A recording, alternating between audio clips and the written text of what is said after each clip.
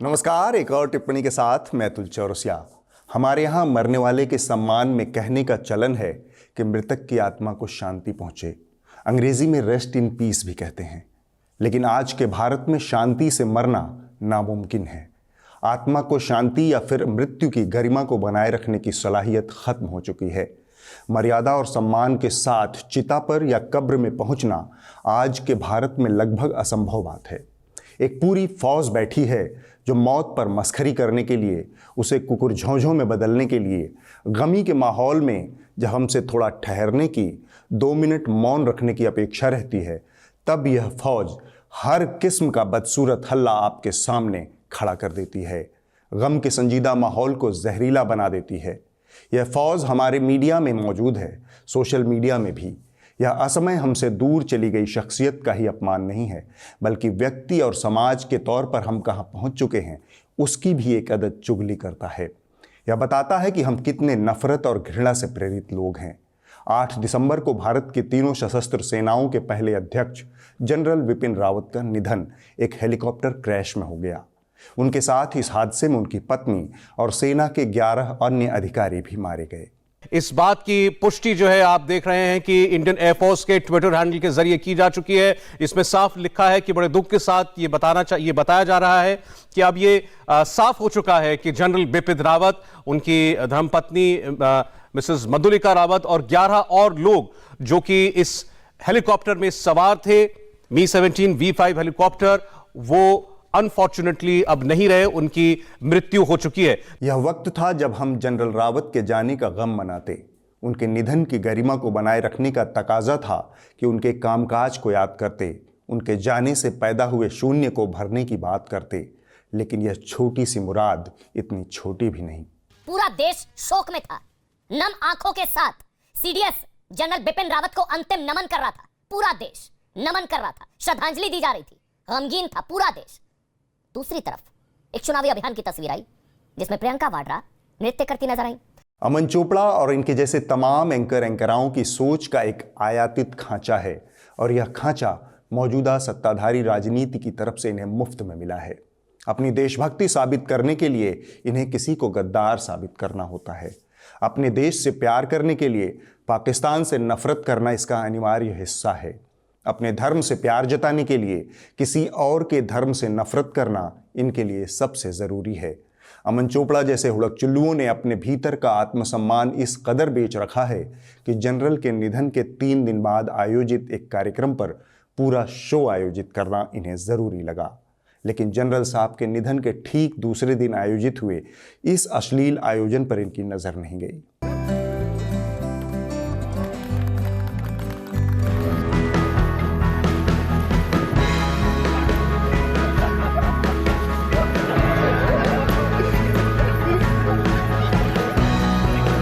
ज्योतिरादित्य सिंधिया सरकार के प्रतिनिधि हैं। उनकी जवाबदेही प्रियंका गांधी से कहीं ज्यादा थी, लेकिन सिंधिया के कार्यक्रम में लगने वाली अश्लील हंसी से इनको कोई दिक्कत नहीं हुई। ऐसा तब होता है जब व्यक्ति का अपना सेल्फ रिस्पेक्ट और मृतक की गरिमा को बनाए रखने की भावना पूरी तरह से खत्म हो जाती है। राजनीति का आवारा ढोल बनना ही जब मजबूरी हो जाती है।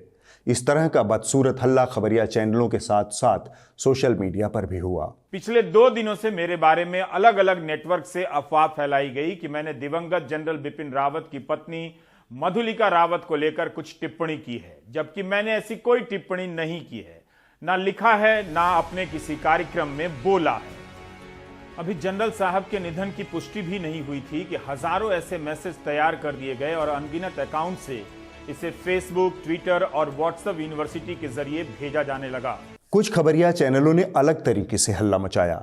जनरल रावत के हेलीकॉप्टर क्रैश के कारणों की कोई पुख्ता जानकारी अब तक सामने नहीं आई है।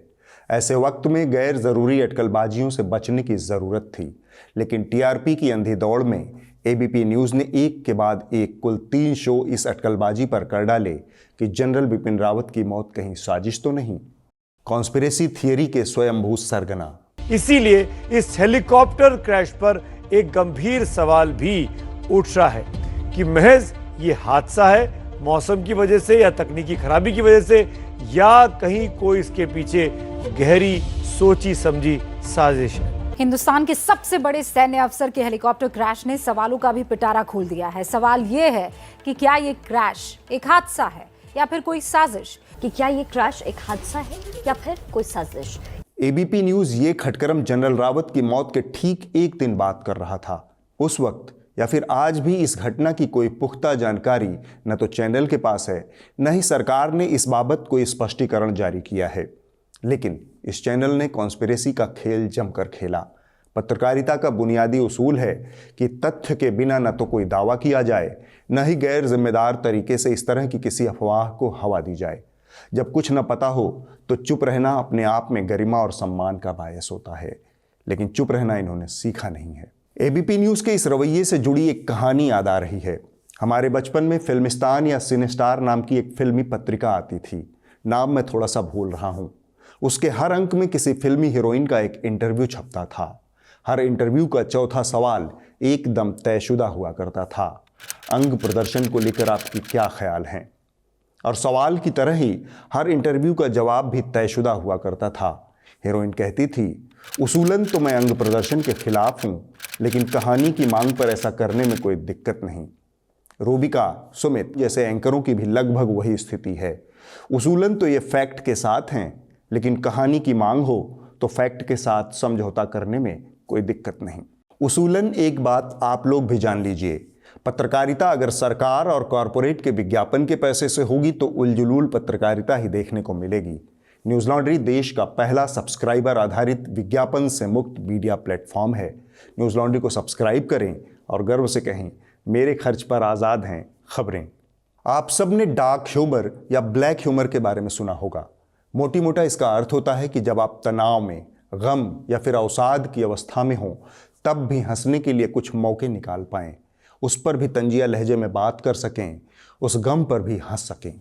दीपक चौरसिया डार्क ह्यूमर की फिलॉसफी में यकीन रखते हैं। जब पूरा देश गमगीन था, कंधा झुका हुआ था, हौसले की ज़रूरत थी, तब यह महत्वपूर्ण जिम्मा दीपक चौरसिया ने अपने कंधे पर थाम लिया। पूरे होशो हवास में उन्होंने जनरल बिपिन रावत को एक बेवड़े के अंदाज में श्रद्धांजलि देने का निर्णय किया। मतलब क्या बोलूं, देश के लिए बेहतर हो जनरल बिपिन रावत की बात कर लें हम तो जनरल बिपिन रावत की बात करते करते मेरे दिमाग से दीपक चौरसिया का यह दांव सफल होने ही वाला था कि उनसे बेवड़े की एक्टिंग में थोड़ी सी चूक हो गई। जनरल को जर्नलिस्ट बोल गए, बिपिन रावत को बीपी सिंह बोल गए। हमने एक ऐसा जर्नलिस्ट खो दिया है जो थिंकिंग जनरल था। उस सब के फोर फ्रंट पे जनरल वीपी सिंह थे। शायद दीपक चौरसिया मेथड एक्टिंग में घुस गए थे। अति स्वाभाविक रोल करने की चाह रही होगी, लेकिन लोगों को उनका डार्क ह्यूमर समझ ही नहीं आया। लोगों को तो यह राजद्रोह के लेवल का अपराध लगा।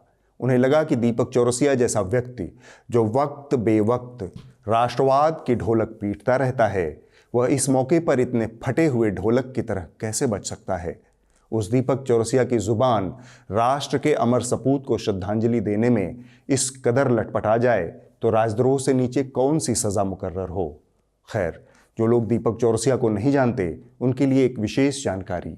दीपक जहां चाह है वहां राह है वाली फिलॉसफी में गहरा यकीन रखते हैं। सुबह 7:30 बजे चलना है, तो ऐसे में क्या करें, हमने ये किया कि टी शर्ट की जगह शर्ट पहना व्हाइट कलर का, ये वाला जैकेट पहना, और नीचे आप देख सकते हैं मैंने क्या पहना हुआ है।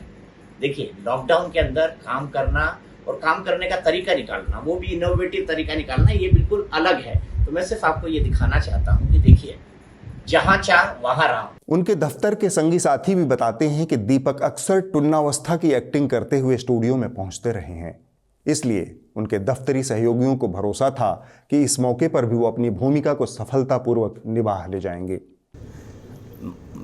मेरे दिमाग से जितनी बार मैं उनसे मिला हूँ, उसका जो सेंटिमेंट है ना, वो मेरे दिमाग से नहीं निकल रहा। आखिरी बार मैं उनसे 15 अगस्त में राष्ट्रपति भवन में मिला था। तो एक शेर अर्ज है, जनाबे शेख ने जब पी तो मुंह बना के कहा, मजा भी तल्ख है, कुछ बू भी खुशगवार नहीं। रियाज खैराबादी ने शायद यह शेर दीपक चौरसिया के लिए ही अर्ज किया था। यह उस दोहरेपन की बात है जिसे दिन में दीपक चौरसिया हिकारत की निगाह से देखते हैं। और फिर आती है सुरूर की मतवाली रात। उस वक्त के लिए आसी गाजीपुरी ने एक और शेर दीपक चौरसिया के लिए पेश किया है। इजाजत चाहूंगा। जनाबे शेख भी चुपके से कह गए आखिर, जनाबे शेख भी चुपके से कह गए आखिर, शराब रात को अक्सर हलाल होती है। और दीपक चौरसिया तो उस फिलॉसफी में यकीन करते हैं जहां लंगोट भी आपको पत्रकारिता के उरूज पर पहुंचा सकती है। जहां चाह वहां राम। तो इनके लिए कवि कृष्ण कल्पित ने भी एक कविता नजर की है। कहीं भी पी जा सकती है शराब, कहीं भी पी जा सकती है शराब, खेतों में, खलिहानों में, कछार में या उपांत में, छत पर या सीढ़ियों के झुटपुटे में, रेल के डिब्बे में या किसी लैंप पोस्ट की झरती हुई रोशनी में, कहीं भी पी जा सकती है शराब। तो दीपक चौरसिया ने ऑन एयर पीकर ऐसा कौन सा जुर्म कर दिया? हंगामा है क्यों बरपा, टीवी पे जो पीली है, हंगामा है क्यों बरपा, टीवी पे जो पीली है, डाका तो नहीं डाला, डाका तो नहीं डाला, चोरी तो नहीं की है, हंगामा है क्यों बरपा, टीवी पे जो पीली है। राष्ट्रवाद के स्वयंभू सरगनाओं के साथ यही दिक्कत है। उनके दिन के मानक अलग हैं, रात के अलग हैं। हम एक आपातकालीन घोषणा करने के लिए इस प्रसारण को बाधित कर रहे हैं। इस शो के रिकॉर्ड होने तक दीपक चौरसिया की ओर से कोई स्पष्टीकरण नहीं आया था। शो के रिकॉर्डिंग के बाद दीपक चौरसिया ने एक फेसबुक पोस्ट में अपने हिस्से का सत्य साझा किया। हमारे वॉइस ओवर आर्टिस्ट की कोहनी में दर्द होने के कारण उन्होंने 3-4 पेन किलर टिकाई है। उनके उच्चारण में हुई किसी भी भूल के लिए हम क्षमा चाहते हैं। तो दीपक ने कहा, पिछले 3 दिनों से आप लोगों ने जो मेरी चिंता की उसके लिए मैं आप सबका भारी हूँ, मतलब आभारी हूँ। लेकिन मुझे लगता है कि मुझे कुछ बातें साफ कर देनी चाहिए। आप सभी को वीडियो देखकर जो लग रहा है वो पूरा सच है। पूरा सच नहीं है। सच ये है कि मेरे घर में शादी थी और बारात में ज़्यादा डांस करने के कारण तुनक तुनक तुन तुनक तुनक तुन तुनक तुनक तुन तारारा मेरे घुटने की पुरानी चोट दर्द देने लगी। शो चूंकि जिस मसले पर था उसे मैं छोड़ना नहीं चाहता था और पूरा शो इसी तरह चाहता था और शो पूरी तरह से ठीक जाए, इसलिए मैंने पेन किलर खा ली। आपको बता दूं, मेरे घुटने में हेयरलाइन फ्रैक्चर है। मेरी गलती ये थी कि पेन किलर ज़्यादा मात्रा में ले लेने से साइड इफ़ेक्ट हो गई। ये बात मुझे पता थी, इसलिए पेन किलर खाकर मेरी तकलीफ़ कम होने के बजाय बढ़ गई। वीडियो देखकर तरह तरह की बातें बनाई गई जो सच नहीं है। मुझे पत्रकारिता में 25,000 साल से ज़्यादा हो चुके हैं, मतलब 25 साल से ज़्यादा हो चुके हैं। इसलिए मुझे किसी से पत्रकारिता के एथिक्स सीखने की ज़रूरत नहीं है। जय महाराष्ट्र, जय भारत, जय जय गरवी गुजरात। अब हम आगे बढ़ चलते हैं। बीते हफ्ते नागालैंड के ओटिंग गांव से एक भयावह घटना सामने आई। सेना की एक टुकड़ी ने घात लगाकर स्थानीय मजदूरों से भरी एक वैन पर हमला कर दिया। इस पूरी घटना में 14 भारतीय नागरिकों और सेना के एक जवान की मौत हो गई। सेना का दावा है कि उससे पहचान में गलती हुई। लोकसभा में गृह मंत्री ने भी गलत इंटेलिजेंस और पहचान में हुई भूल को घटना का कारण बताया। इस घटना ने एक बार फिर से पूर्वोत्तर राज्यों में लागू आफ्स्पा कानून को खत्म करने की बहस को तेज कर दिया है। नागालैंड की कैबिनेट ने इसे खत्म करने का प्रस्ताव पारित कर अपना विरोध जताया है। मुख्यमंत्री नेफ्यू रियो ने भी इसे हटाने की मांग की है। आफ्स्पा कानून के कई चिंताजनक पहलू हैं, लेकिन अगर आपका पाला सिर्फ हिंदी पट्टी के खबरिया चैनलों से पड़ता है तो आपको इस कानून में भी तमाम सलमा सितारे टंके हुए नजर आएंगे। अव्वल तो हिंदी चैनल नागालैंड पर पूरी बहस कर डालेंगे, लेकिन आपको नागालैंड का एक भी प्रतिनिधि देखने को नहीं मिलेगा। दिखाइए तमाम मेहमानों को। गौरव भाटिया जी, राष्ट्रीय प्रवक्ता भारतीय जनता पार्टी के हमारे साथ जुड़ रहे हैं। डॉक्टर अजय कुमार, प्रवक्ता कांग्रेस पार्टी के। वारिस पठान साहब, प्रवक्ता AIMIM के। कौशिक ढेका, डेप्यूटी एडिटर है इंडिया टुडे ग्रुप के। किसी कानून को उसके अच्छे बुरे संदर्भ में देखने की पत्रकारीय नजर इन हिंदी के खबरिया चैनलों पर दूर दूर तक आपको नजर नहीं आएगी।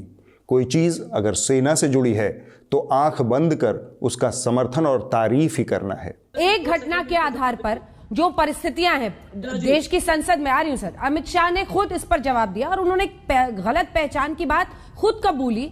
जांच के आदेश दे दिए गए हैं। अब आप सेना पर पूरा हमला बोलना चाहते हैं कि आफ्स्पा हटा दिया जाए। अंजना ओम कश्यप को लगता है कि यह सिर्फ और सिर्फ एक घटना है। खैर, इनको इनके हालात पर छोड़िए और आफ्स्पा से जुड़ी कुछ बातें जान लीजिए। सामाजिक कार्यकर्ता इरोम शर्मिला ने इस कानून के खिलाफ 16 साल तक सत्याग्रह किया, फिर भी उन्हें कुछ हासिल नहीं हुआ। सुप्रीम कोर्ट द्वारा स्थापित एक कमेटी की जांच रिपोर्ट में सेना द्वारा अंजाम दिए गए 6 मामलों को फर्जी एनकाउंटर बताया गया है।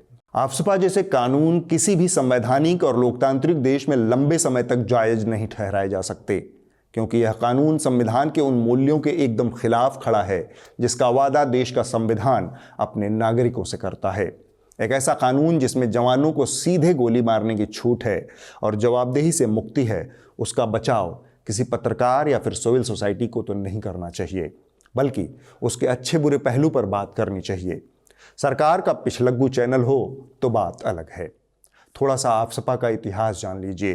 पूर्वोत्तर के इलाके में सशस्त्र बल विशेषाधिकार अधिनियम 1958 में एक अध्यादेश के जरिए लागू हुआ था। 3 महीने के भीतर ही उसे कानूनी अमली जामा पहना दिया गया। तब से यह कानून नागालैंड में लागू है।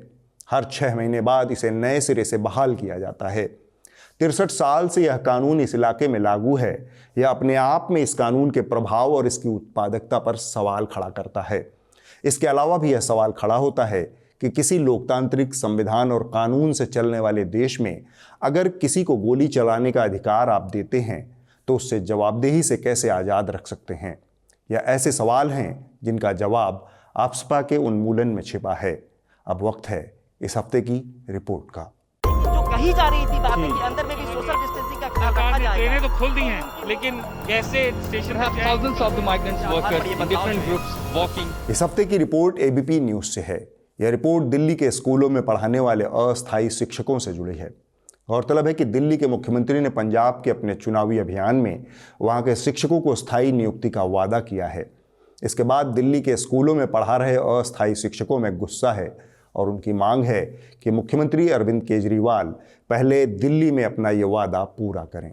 मेरा नाम शुभम शुक्ला है और मैं फिजिकल एजुकेशन टीचर हूँ GSBB गौतमपुरी न्यू उस्मानपुर में।